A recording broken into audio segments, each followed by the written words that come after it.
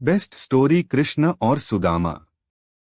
दोस्तों, आज हम आपको कृष्णा सुदामा की कहानी बताने जा रहे हैं। इस कृष्णा सुदामा की कहानी में कृष्ण और सुदामा का मिलन का चित्रण मिलता है। तो आप सभी इस छोटी सी कृष्णा सुदामा की कहानी को पढ़िए और दूसरों को भी शेयर करिए। प्राचीन काल में सुदामा नाम का एक गरीब ब्राह्मण था। बचपन में वह श्री कृष्ण महाराज के साथ एक ही गुरुकुल में पढ़ा था। दोनों में बड़ा प्रेम था। गुरुकुल की पढ़ाई समाप्त करने पर कृष्ण राजा बन गए और सुदामा गरीबी में दिन काटने लगा। गरीबी से तंग आकर एक दिन उसकी पत्नी ने कहा, जाओ कृष्ण जी से कुछ मांग लाओ, वह राजा हैं और तुम उन्हें अपना बचपन का मित्र बताया करते और उनकी बड़ी प्रशंसा किया करते हो। यह सुनकर सुदामा ने कहा, मैं गरीब जरूर हूँ पर किसी के आगे हाथ नहीं फैला सकता, मांगना बुरा है। कृष्ण मेरे मित्र हैं, पर यदि उन्होंने मना कर दिया तो मैं समझूंगी तुम दोनों की मित्रता झूठी थी। पत्नी की इस बात को सुनकर सुदामा को बुरा लगा। उन्होंने कहा, ऐसा मत कहो, श्री कृष्ण बड़े आदमी हैं। पर यदि मैं उनके पास जाऊं तो भेंट के लिए क्या ले जाऊंगा? घर में अन्न का एक दाना भी तो नहीं है। उसकी पत्नी ने कहा, इसकी चिंता मत करो। यह कहकर वह एक पड़ोसी के घर से मुट्ठी भर चावल उधार ले आई और सुदामा के दुपट्टे के एक छोर में बांधकर उन्हें द्वारिकापुरी के लिए रवाना कर दिया, जहां उन दिनों श्री कृष्ण जी राज करते थे। द्वारिका पहुंचकर सुदामा श्री कृष्ण जी के महल के सामने जाकर खड़े हो गए और द्वारपाल से पूछने लगे, क्या श्री कृष्ण जी का महल यही है? सुदामा को ऊपर से नीचे तक देखकर द्वारपाल मुस्कराया और कुछ कहे बिना श्री कृष्ण जी को खबर करने महल के भीतर चला गया। उसने जाकर कहा, महाराज, बाहर एक पतला दुबला फटेहाल आदमी खड़ा है।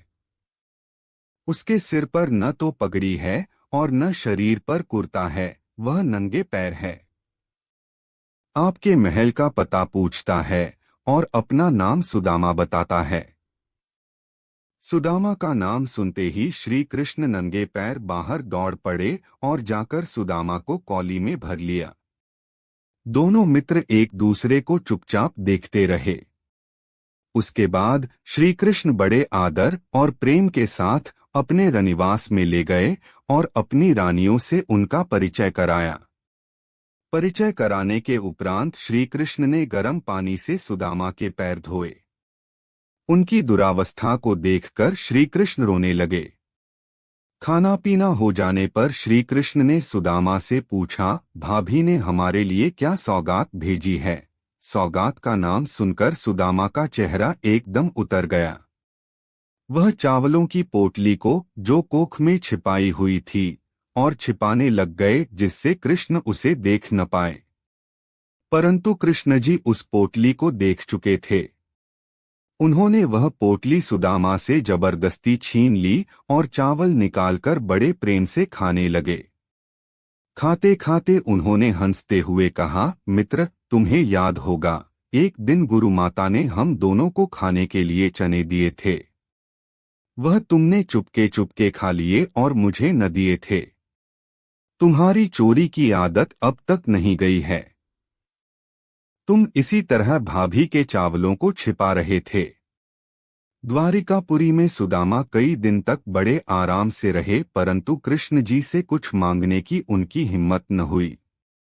जब वह कृष्ण जी से विदा लेकर घर जाने लगे, तब भी कृष्ण जी ने उन्हें कुछ न दिया। सुदामा अपने मन में कहने लगे, अच्छा हुआ जो मैंने उनसे कुछ न मांगा। इनकार कर देते तो मेरा मरण हो जाता। मेरी बुरी हालत उनसे छिपी न थी, देते तो खुद ही देते। सच है, प्रभुता पाकर बड़े आदमी छोटों को भूल जाते हैं।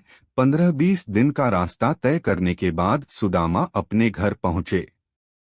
क्या देखते हैं कि उनकी झोंपड़ी की जगह महल खड़ा है। वह घबरा गए। सोचने लगे कि झोंपड़ी का क्या हुआ और ब्राह्मणी कहाँ गई। इतने में ही उनकी पत्नी बढ़िया कपड़े और गहने पहने द्वार पर आकर खड़ी हो गई और बोली, क्या देख रहे हो? आपके पीछे कृष्ण जी के आदमी यह महल बनाकर घर को सामान से भरकर चले गए। यह सुनकर सुदामा ने अपनी आंखें बंद कर लीं और चुपचाप अपने महल के भीतर चले गए। तो दोस्तों, कैसी लगी कृष्णा सुदामा की कहानी आप सभी को? हमें उम्मीद कि आपको यह कहानी जरूर पसंद आई होगी। ऐसे ही अनेक कहानियां हमारे YouTube channel UV moral story है, और यह कहानी कैसी लगी हमें कमेंट जरूर करें।